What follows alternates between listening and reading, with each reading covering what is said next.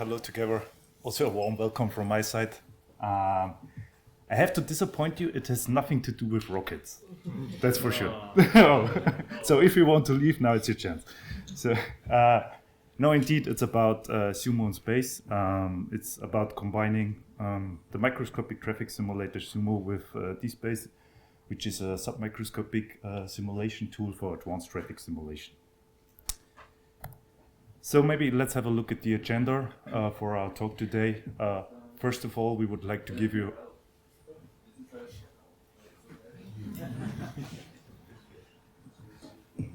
Okay, just will continue. First of all, I would like to give you a short introduction about the work we have done and the background of the work.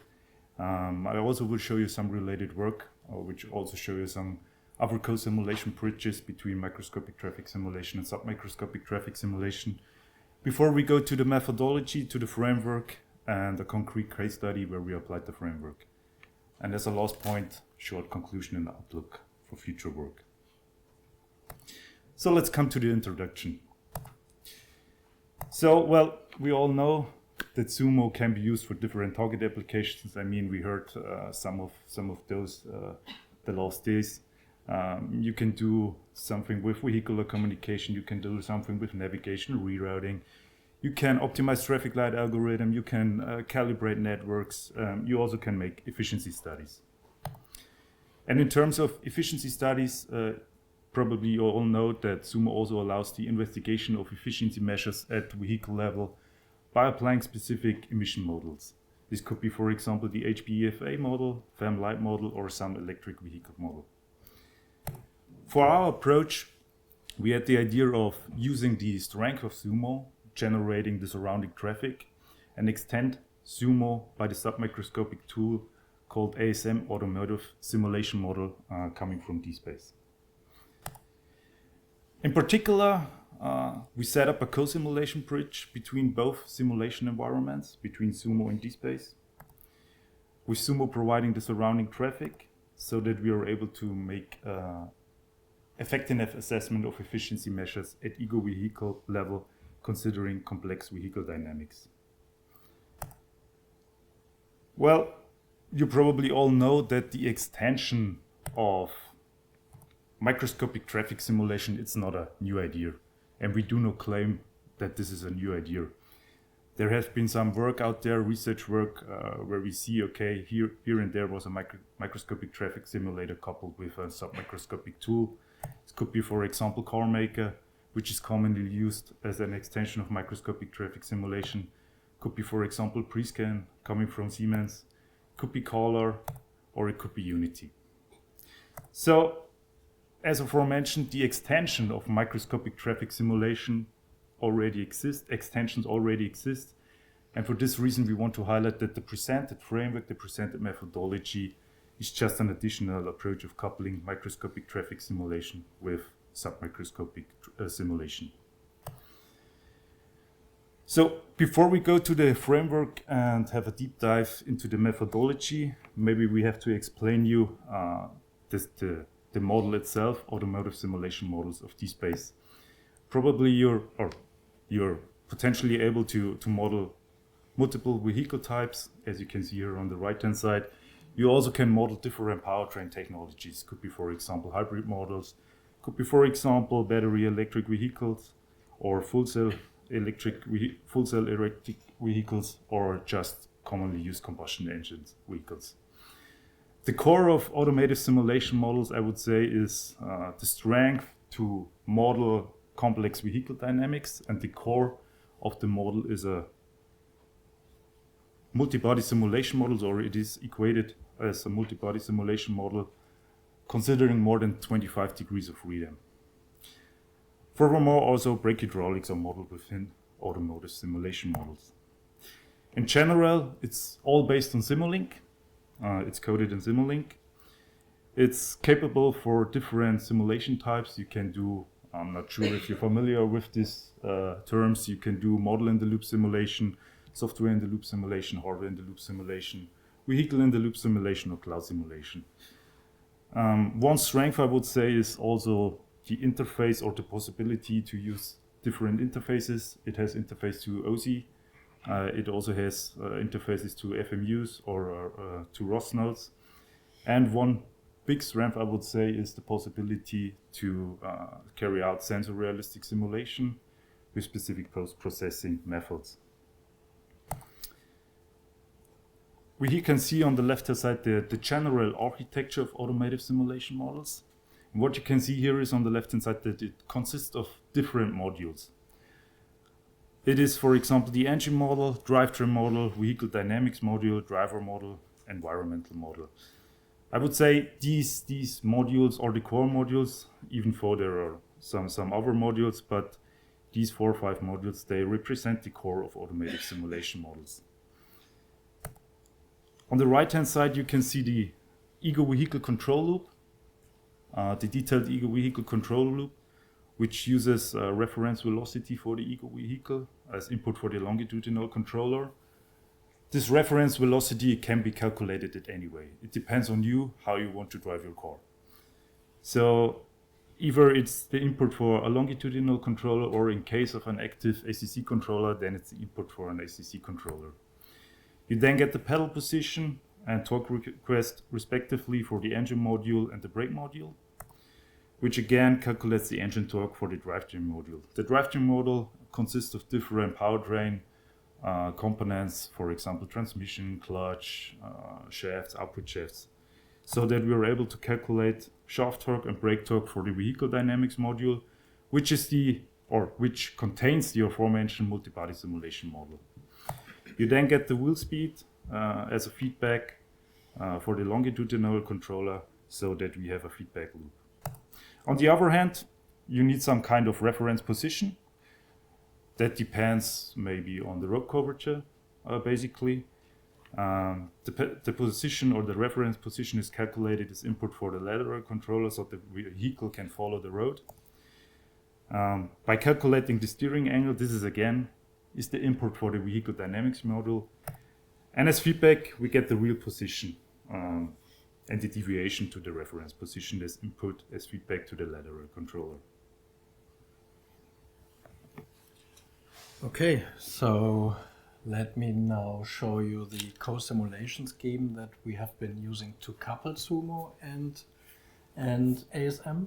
So on the right hand side you see SUMO, you all know that better than I do, and on the left we see ASM and AURELION.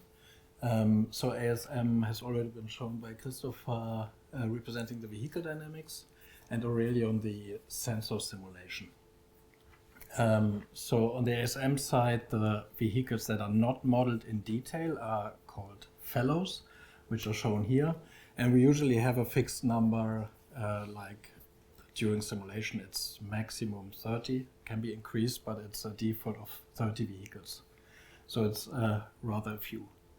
And the simulation step size is 1 millisecond to solve the equation of the dynamics and so on. On the other hand, on SUMO side, we use a step size of 100 milliseconds. Yeah, and as you know, it can have much more vehicles than the 30 we use. So to couple the two, we use a Gauss-Seidel algorithm for co-simulation to couple the two systems with different step sizes. We first predict the motion of the ego vehicle and send it through this movement synchronization block. So we have position, velocity, orientation, and send that to SUMO. Then SUMO does the calculation of its step, and we send back to ASM the vehicles of interest in a certain range of interest. So it's like in the simplest case, it's a radius, and the vehicles that are within that radius are transmitted back. And we do some reorganization of these fellows because we need to map them to the correct 3D objects on the simulation side ASM AURELION. And if there are some more than the maximum number we support, we do a filtering of selecting just these 30 of the ones we get over. So connection is done via TCP using Tracy. The simulation can be executed on different machines. So we have 100 milliseconds to transfer the data. In SIL, you can do it with blocking simulation, but you can also execute ASM on a hardware in the loop setup, connecting electronic control units and SUMO on some host like Windows, Linux, and run then this simulation in real time. So now we have the vehicles on both sides. So SUMO vehicles can react to the ego, and the ego can react to the SUMO vehicles. Next, we need to exchange the traffic lights.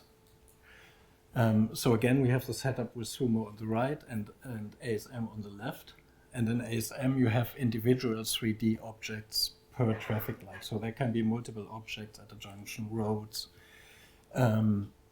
And those individual objects have individual streams of the signal state. They can be calculated on ASM side, or you can control them externally.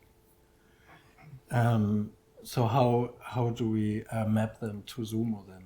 So we use a traffic sign sensor to identify traffic lights along the route of the ego. So on our side, the ego is driving like a specific route through the network, and we don't want to transfer all the traffic lights of the whole network that is simulated on SUMO side. So we identify the IDs of the objects on ASM side. We identify the junction ID, and then we add a subscription to the junction and transfer all traffic lights, IDs, states related to this junction back to ASM. And then on ASM side, we do a mapping to the individual streams and junctions that are relevant in that area. So usually if we work with that setup, we do the signal phasing or the definition of the signals in SUMO. So there the whole network needs to be calculated at all times that the traffic flow is still okay. And since an ASM only needs to calculate what the ego vehicle does, it doesn't matter what traffic lights do somewhere else. It's just relevant at the route of the ego. Okay, so we have vehicles on both sides. We have traffic lights synchronized, but we need to do some preparations if we want to do a simulation. So what is important is the road network especially. So both tools use their individual road network in this case. I think we saw a lot of talks that showed importing OpenStreetMap data, for instance, and probably all have been editing these to get it working. Other ways would be to use OpenDrive maps, or depending on the fidelity of information required by the SUT maybe that is coupled, the system under test, you might need to have high definition maps to be imported. So here you see both tools. Unfortunately now flipped. So on the right side is ISM or ModelDesc, so the tool we use to prepare scenarios, roads and so on for ASM. And on the left is SUMO. So usually we do it, we use one as main source, so we import that road to one of the tools, for instance SUMO, and do preparation and steps to get it done. And then we use export functionality to OpenDrive and export or import that in the other tool. Because otherwise, so for instance, both tools can import OpenStreetMaps, but you might have different interpretations of the geo coordinates and so on, and then it won't fit.